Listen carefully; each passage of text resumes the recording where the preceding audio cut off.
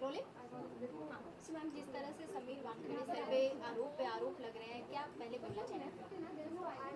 ये आरोप गलत है। ये एक ट्विटर और सोशल मीडिया के माध्यम से लगाया जा रहा है।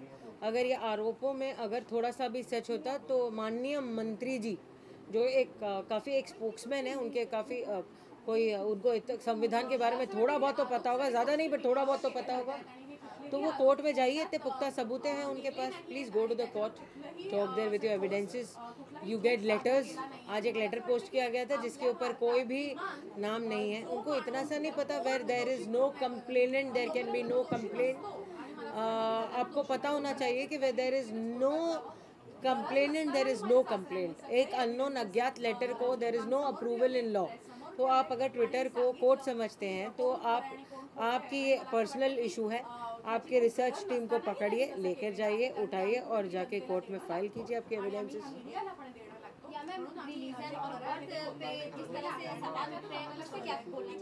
I can't hear you, I can't hear. ये बड़ा ही शर्मनाक किस्सा है कि कोई भी उठा के कोई भी इंसान किसी भी बेटी को, बहू को, पिता को, मृत्यु माँ को आप कुछ भी बोल रहे हो, अनाप शनाप बक रहे हो। You are at a post, you should respect women, you should respect somebody's bahu, you should respect somebody's daughter, you should respect somebody's father. आपको इस बात का एहसास होना चाहिए बेसिकली कि आप इतने बड़े पोस्ट पे हो, आपकी भी बहू बेटियाँ डेफिनेटली ज़रूर है। तो आप उनको सोच आप मैंने उनको तो कभी नहीं देखा ये सवाल और जवाब के माध्यम से। तो आप उनकी बहू बेटियों के उनके भी पिक्चर्स होंगे, उनका भी कोई तो कुछ होगा। तो आप सोचिए इतने गिरा हुआ काम करना, ये तो मुझसे नहीं होगा। I will never do that to you. I will personally say that आप बहुत रिस्पेक्टेड इंसान हैं। आप अपनी क्लास में चलिए, आपका क्या इरादा है मुझे तो समझ नहीं आती है, but you are definitely creating a false image. Definitely you are tarnishing name of a woman. आपने एक बैठे बैठे एक क्रिमिनल लॉयर को, एक लॉयर है जो औरतों के लिए लड़ती है, उसकी सेफ्टी के लिए लड़ती है, एक औरत है जो केसेस लेती है, आपने उस औरत को डॉन बोल दिया। आपने एक संविधान के इंसान को डॉन बोल दिया। मतलब आप कितने गलत हो सकते हो। आपने वो नहीं चला तो आपने गलत ट्वीट कर दिया जहाँ दुबई बोला गया। आपको पासपोर्ट चेक कीजिए। आप एक ब्यूरोक्रेटिक ऑफिसर के ऊपर इल्ज़ाम लगाने से पहले आप अपने वेरिफिकेशंस कीजिए। आप सुबह सुबह उठ के कोई भी माध्यम से किसी को कुछ नहीं बोल सकते। आप गलत हो इस मामले में। It is morally, ethically and principally wrong whatever you are going, and it is even legally wrong to do that. आप कोई भी माध्यम से कोई भी चीज़ आप एक 75 ईयर्स ओल्ड के एक्स पुलिस मैन को आप गलत सर्टिफिकेट्स, बोगस सर्टिफिकेट बनाने का इल्ज़ाम दे रहे हो।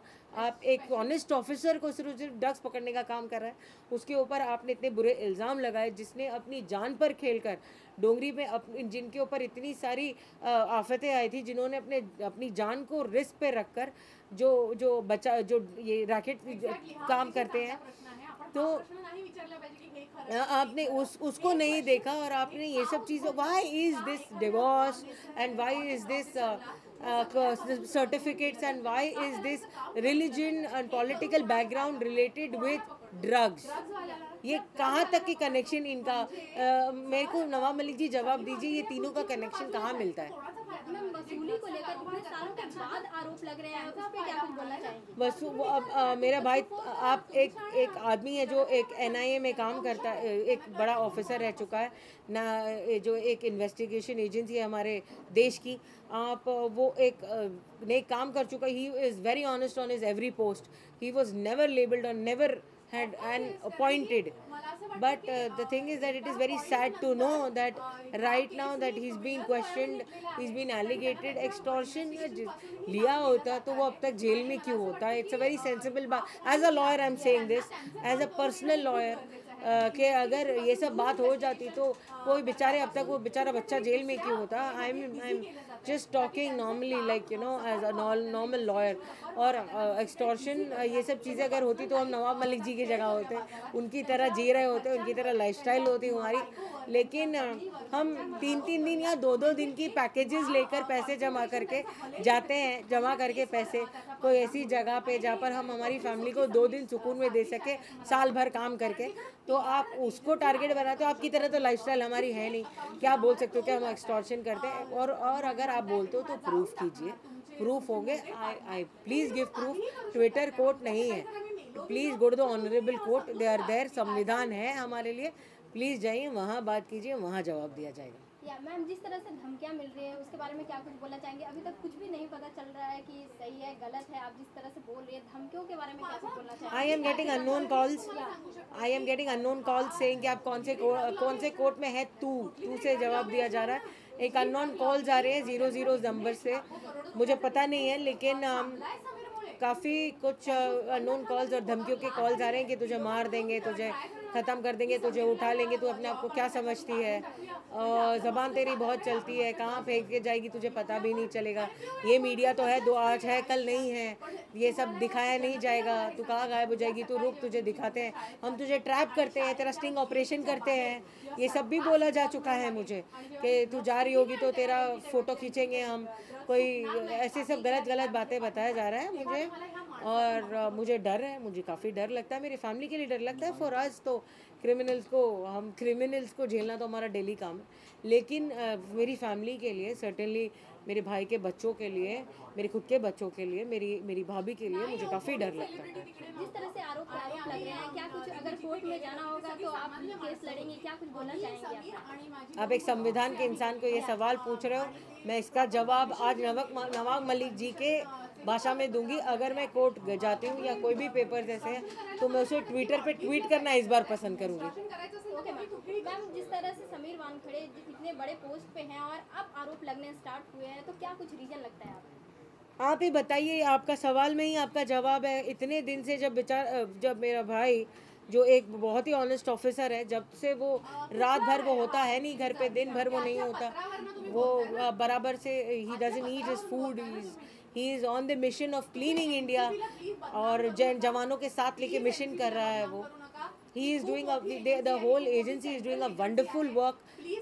There are people in the offices, they come, I have an NGO, वहाँ पर माँ बाप आके मुझे थैंक यू बोलते हैं कि हमारे एरिया में बिल्कुल आपके भाई के वजह से हमारे बच्चे सुधर गए।